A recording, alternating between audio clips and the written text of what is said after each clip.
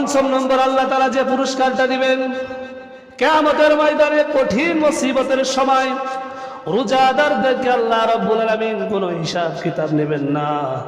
আল্লাহ রাব্বুল আলামিন বলবেন, তোমরা আমার খুশির জন্য রোজা রেখেছিলে, দুনিয়ায় অনেক কষ্ট করেছিলে। যারা দুনিয়াতে রমজান মাসে পর্দা টাঙিয়ে টাঙিয়ে খেত, তোমরা তাদের থেকে বিরত হয়ে ওই যে সুবে সাদিক থেকে শুরু করে সূর্যাস্ত পর্যন্ত 17-18 ঘন্টা তোমরা আমি আল্লাহর ভয় না খেয়েছিলে। তোমরা ইচ্ছা করলে পানিতে ডুব দিয়ে পানিও খেতে পারতে, তোমাদের ঘরে পর্যাপ্ত খাবার ছিল, ইচ্ছা করলে তোমরা ওই খাবারটা খেতে পারতে, তোমাদের কোনো অভাব ছিল না, অনটন ছিল না। এরপরেও শুবে সাদিক থেকে শুরু করে সূর্যাস্ত পর্যন্ত আমি আল্লাহ পাকের জন্য না খেয়েছি বলেছিলে, স্ত্রী স্বভাব থেকে তোমরা দূরে ছিলে।